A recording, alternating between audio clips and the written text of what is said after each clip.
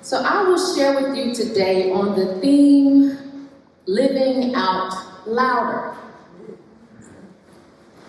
2 years ago, I waited for the CW drama series Legacies to air a day before my birthday. The series is in the town of Mystic Falls and features a new generation of protectors in this spin-off of Vampire Diaries and the originals.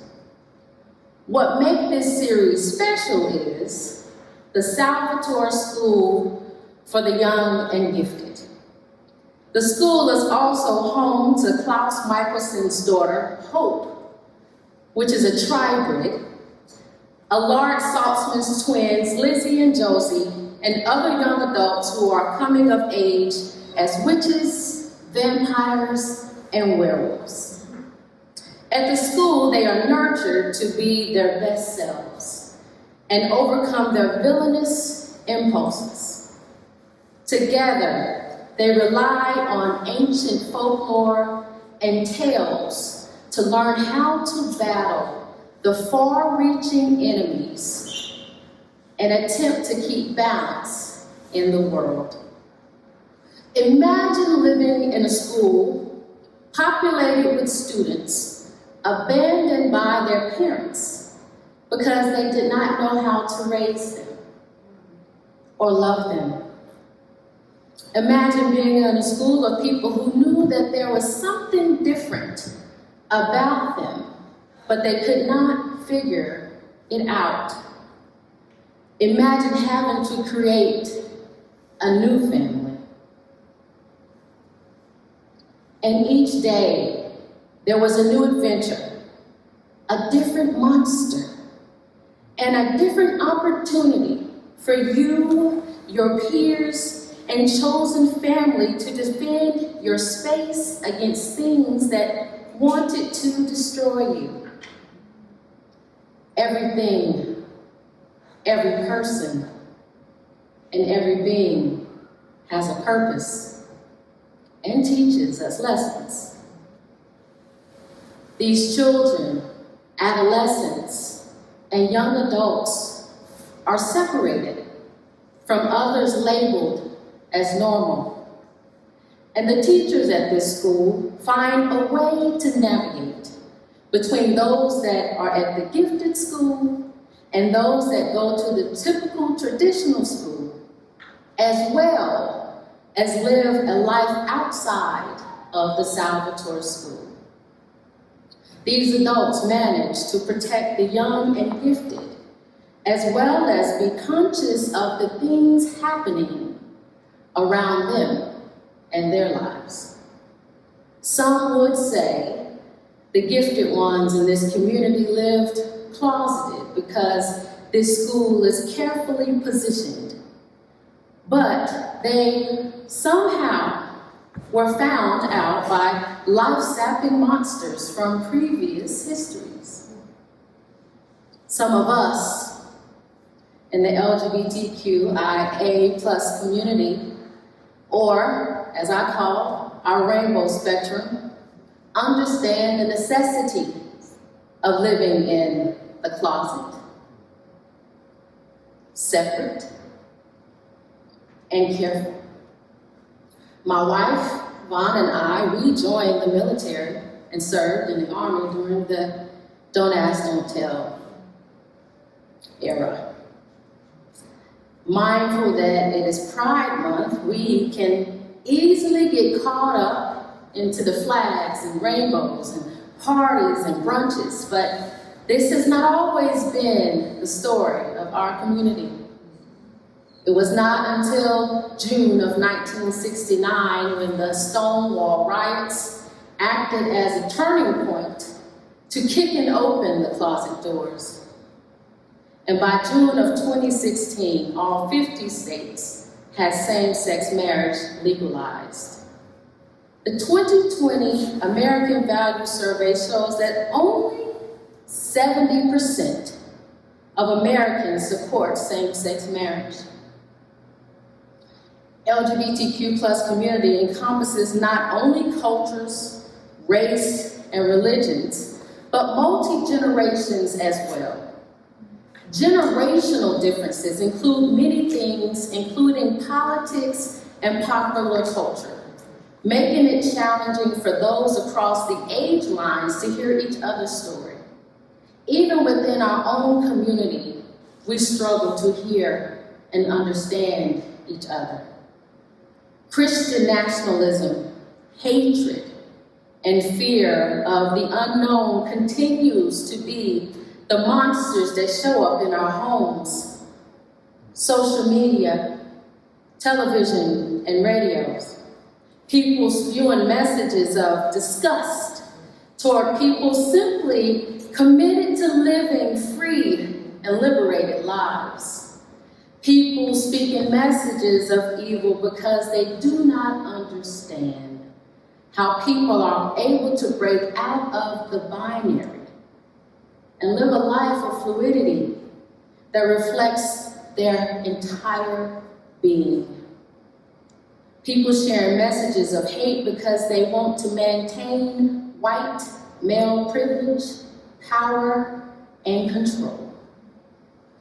Earlier this week, as Devin was sharing, in North Carolina, provision in House Bill 755, Parents' Bill of Rights, sponsored by Senate Republicans, would require schools to inform parents if a student has changed their pronouns.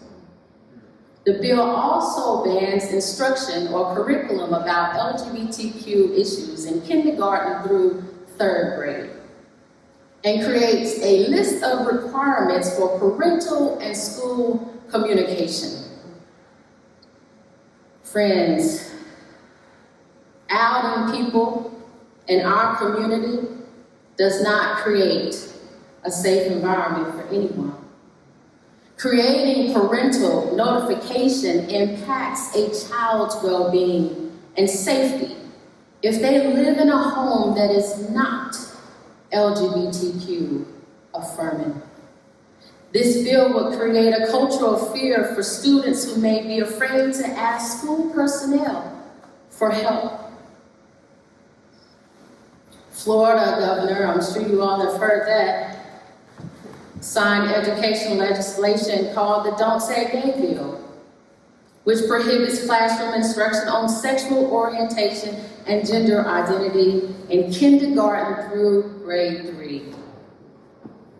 I teach an age-appropriate curriculum called Our Whole Lives, Sexuality and Our Faith,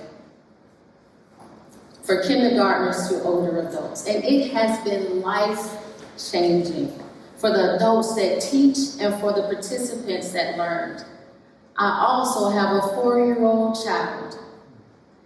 And I have already had to share, about 2 months ago, that everybody has a body and that all bodies are different. Our children need to know. We need to tell them the truth with real words and inclusive language. These are only a few of the bills created to harm and maintain a heteronormative culture. As humanity, we need connection. And the villains of this time are attempting to divide us. In 2020, the CDC, or the Centers for Disease Control and Prevention, reported that LGBTQ plus youth are at a much greater risk for depression, suicide, and substance abuse. The studies also found that those who felt supported by their families and communities were up to 50% less likely to attempt suicide. Have you all seen the suicide rates skyrocket since this pandemic? We need community. For those of us in our community, to live out loud would be to be able to grow, move, reproduce, breathe, and carry out various daily activities. For us in our community to be able to live out louder, one would be able to grow, move, reproduce, breathe, and carry out various daily activities in our own gender expression and sexual orientation authentically. While the Salvatore School for the Gifted has many gifts and powers, they relied on each other's wisdom to defeat the adversities that came their way. They expected each person to show up with the strength that would make the most impact for the community. They needed each superpower to destroy the monsters and evils that would try to take over their home. This included their teachers and the adults who were committed to their safety. They needed people to be honest about how they could or would show up, because most times their lives were on the line. Lesbian, gays, bisexuals, transgender, queer, intersex, asexual, same gender loving, and gender non-binary folks, lives are on the line. And we hope our allies do not hide, run away, or try to escape. We hope you join us. We need our allies to show up with your cape and your superpower. We need you to live out louder. Living out loud is attending this conference and being comfortable hearing about the LGBTQ plus community and our issues. The next step requires the use of your expertise and your craft on behalf of our community to protect our rights and the trending threats of our future. Living out louder is an intentional behavior that puts humanity at the core of your values. Living out louder provides access to confidence in addressing polarizing and sometimes controversial issues such as sexuality, education, and gender and racism. Superheroes can also have blind spots. Well-meaning people with connection to marginalized communities may not grasp the very lived experiences each person has, such as the intersections that were shared before, and sometimes may find themselves generalizing communities, and that is not helpful. Living out louder moves allies to actively stepping up instead of allowing the LGBTQIA plus community to be targeted. Living out louder requires you to carefully look at the ballot and choose individuals from your community who are standing up and defending our rainbow spectrum community. Living out louder moves our allies to support gender-affirming healthcare treatments for our transgender youth. Living out louder encourages you to secure legal refuge for those displaced, such as our transgender youth and their families. And this isn't easy. It's an ongoing thing. So living out loud requires a vision. It requires energy, because it can get exhausting. Because there are going to be different perspectives that show up, different things that come our way, and we have to be conscious, we have to be mindful, we have to be alert. So it requires energy for this ongoing life project. And while our LGBTQ plus community is being attacked, our allies are not different. They're not exempt. I've had friends who lost family members for coming to our wedding. So do know that this requires energy, it requires work. And recently, Naples United Church of Christ, they faced protests and public anger and rage because of the Youth Pride Conference for teens. And this church, they did not want to cancel it. To make it safer, they asked the Naples police for extra protection. That's living out loud. Supportive communities and welcoming families make a drastic difference in the mental, physical, and emotional health of our LGBTQ teens. So therefore, living out louder includes our faith community. In churches, it requires you to respect pronouns, use inclusive language, and have radical inclusion in your programming and your leadership. Because living out louder creates an environment for Christian believers in God to understand that God includes and loves all people.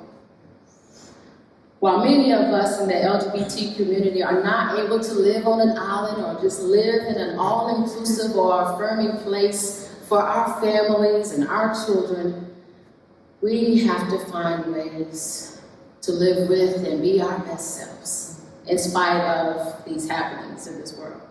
So we need our friends, our allies, our church family, our government officials, and faith leaders to nurture and educate themselves. Because while we are taking care of ourselves, that is exhausting. And more exhausting is having to use our energy to help our allies do their work. So we need our allies to do their work so they can be the best representation for our community and overcome any hateful impulses that have been implanted in our culture. Together, we can rely on history that reflects hope and the various expansions of love and gender expansion and expression as proof that God is still speaking and showing up in this world. And as we live out loud with our capes and our superpowers, we strategically battle enemies of authentic and holy living, and we attempt to keep balance in this world. And as this conference comes to an end, as you reflect on the presentations and stories and sharings of today from our community, imagine how you will put your superpower into action to the issues and concerns of our community that have moved you. Choose today to connect with an organization. There are many. Time Out Youth, PFLAG, Myers Park. There are many here to get connected. Equality North Carolina. Choose today to connect to an organization. And as you consider how you will vote in the fall, have our LGBTQ+ community on your mind.